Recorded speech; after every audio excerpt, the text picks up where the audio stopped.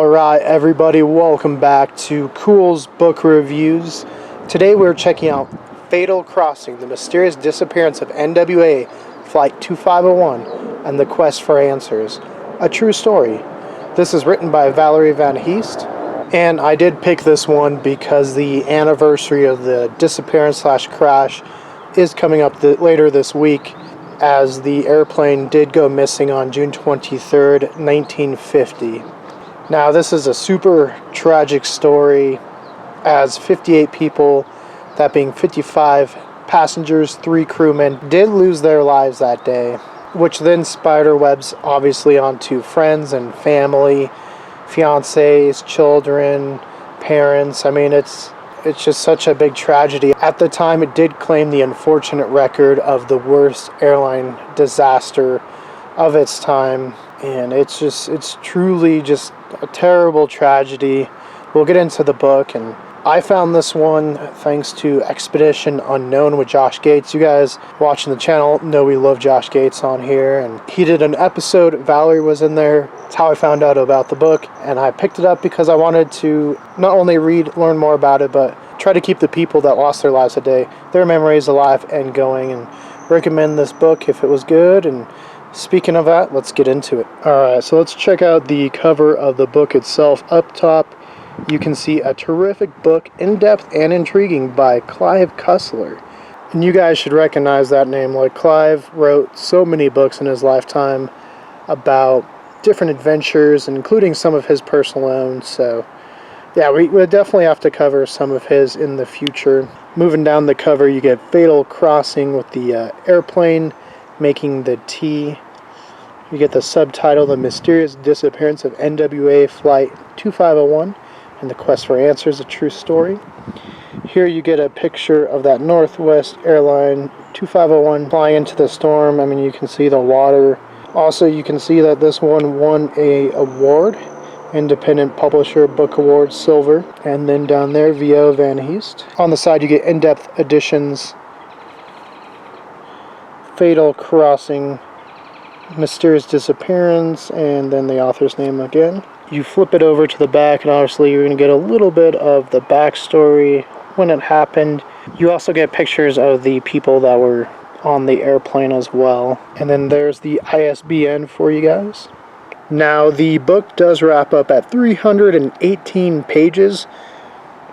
On the side here, you can see a picture of, obviously, our author in the middle, and Josh Gates. But what I was going to point out, here's a memorial. But the appendix, I would say read. There's a lot of follow-up through different people that had experienced the tragedy through people they lost and how they ended up. And so I recommend reading that. Obviously, it's a chapter book, but there is plenty of pictures at the end, usually going over whatever that section was describing. It is broken up in sections, and then this section is where you learn about the people that were on the airplane. Just like, such a sad story. But yeah, let's get into what I thought of the book. Alright, so my thoughts on the book. So it's a lot of different things. Honestly, it's good. We'll start there. It is a really good book. As I had finished reading this, I actually was messaging our friend David from Abnormal Voyages, and I was like, yeah, you should check it out. It's a really good book, and it covers so much. Like, Alex, who you've seen on the channel as well, I was telling him about it, and I was just like, yeah, you got multiple different kind of genres. You got kind of that treasure hunting thing going on. As you follow the expedition to try to find the airplane, you get more of that historical aspect as you follow kind of that day of the airplane flight through people that were on the airplane. Like, you learn more about them thanks to living relatives. You do get a lot of interviews with either relatives or people that saw the airplane that night. There's a courtroom drama section, and then kind of wraps it all up together at the end with placing the memorials and helping the families and anyone that's close of kin that was still alive at those times kind of find closure. for any of you that do not know about this event, it did, as I had stated earlier, disappear June 23rd, 1950. The Northwest airplane, it took off from LaGuardia. It was Flight 2501, and unfortunately, it hit a severe thunderstorm, squall over Lake Michigan, and was never heard from again. There was things found. They did send out search and rescue boats to look for it. They found an oil slick. They found bits and pieces of the plane. From the descriptions, it doesn't sound like anything was too big, and they did have some pretty gruesome discoveries as far as bits and pieces of the passengers of the plane and crewmen, clothing, flesh, hats, briefcases, as well as they also washed up on shore. So there was kind of like that, if you've seen Jaws, and there's that debate, do we close the beaches because it's a holiday weekend? They had to do it here too, which was really bad for the community as far as the income. But again, they didn't want people wandering into the water and coming across just a gruesome scene. There's a lot of excitement when you're following Valerie's story and, okay, what are we going to find? There are a couple shipwrecks found throughout this story, and so there's the excitement there, and like, okay, maybe we'll find it here. And then, like I said, you do get the passenger stories, and at first you're kind of just learning some background, nothing too much, but when it gets to the part of them on the plane going to their destinations and what each person was flying to do, I think it hits you there, and it's just sad, because you'd realize obviously these people didn't think this was going to happen. Some people were traveling for weddings. One person was pregnant, hadn't told her partner yet. Other people were going back to see their families. The pilot, Lynn, was going back to see his wife and child. And yeah, it definitely hits you there, and because it's going to happen. Obviously, us reading it, it's not going to change any different. Unfortunately, it happened, so you know where it's going, and you feel so bad. And then you get, like I said, the witness part. You get a lot of witnesses around Lake Michigan there. Witnessed a low-flying aircraft. It's hard to tell for sure if it was the same one, but given the flight pattern and where the airplane was, checking in, and especially it was flying low into the storm, it would have to only probably be Flight 2501. And it just sounded like a terrible storm, and really bad winds and thunder, and then people are woken up out of sleep, not because of the thunder, because of the loud jet roar as it whooshes by, and they're like, wow, it's crazy how low it is. And then some of them witnessed like kind of a bright light or almost an explosion. Other people heard a boom.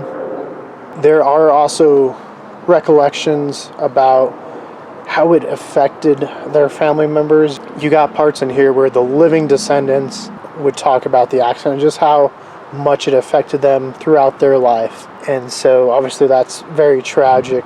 And like I said, multiple different almost genres mixed into the book. You also get the courtroom sessions, so if you're into like courtroom type stories, there is that in here as well. It's crazy how, the jury in the first one didn't think that they did anything to really put themselves in harm's way, so the family members didn't win the case. And then the second one, they ruled against the family members, and you feel bad because obviously their whole way of life is just gone. Money's not going to change it or help anything, but they lost everything. And one of the ladies was waiting for her husband to get back. They had just adopted a daughter, and because he passed away in this crash, they didn't think she would be able to provide for the child, so they took the child away from her. So she lost, husband and child. When we were looking at the cover, you saw Clive Cussler's name. You guys should recognize that name from the many books that Clive wrote. You will find him in this book, and it also mentions Josh Gates as well. This was originally written in 2013, but the copy I have is updated to the 2020 edition. And it does come full circle, and they're able to place some memorials and do services in 2 different cemeteries. Because of hard work and research, they found out there was 2 mass graves, and they were able to mark them. And the first one, they did a ceremony with some living relatives. The second one, the living relatives were to the age it was really hard to travel, especially on short notice. But the community came out in a big support of the incident to help remember these victims. And so, yeah, I think it just shows you always try to leave whatever situation you are in the best place.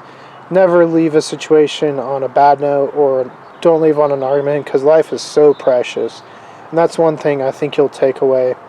Now, as far as the airplane and finding anything to this point, they have not been able to find anything on the sea floor. Clive and his team helped Valerie and her team for over a decade. Valerie's team has gone back to try to look for more. Obviously, Josh Gates went out that time, and it's still missing. And honestly, if you're wondering my opinion, kind of given the descriptions of the scene and the oil slick and what the people found, it wouldn't surprise me if we didn't find anything. Like, it honestly sounded like the airplane just blew up and disintegrated and was just gone. And so I don't know if we ever will. Like, hopefully at some point we come across something as kind of just the marker of this is where these people are kind of laid to rest. But yeah, we'll have to do a proper episode at some point about the accident, because it's one that's just not out there. Like, I don't think a lot of people know about it. And so I'm glad that at least this book's written about it. I'm glad it was featured on Expedition Unknown. Now, as far as recommendations, I do recommend that. It was an excellent read. Even given its size, I think it's the biggest one we've read this year. But it actually read really quick, but not too quick. Like, I was really enthralled and felt a bunch of different emotions. And so I highly recommend it. 9 out of 10. If for anything, it helps keep these memories alive of the unfortunate, people that lost their lives that day. And I think it's an excellent book as well. So I recommend it. Go check it out. 9 out of 10. But until next time, guys, for more Culz book reviews, click that link to your left. For more about us here at Culz Paranormal, click that link to your right. And don't forget to hit that like and give us a subscribe. And let us know, is there a book you'd like us to check out? Tell us in the comments below.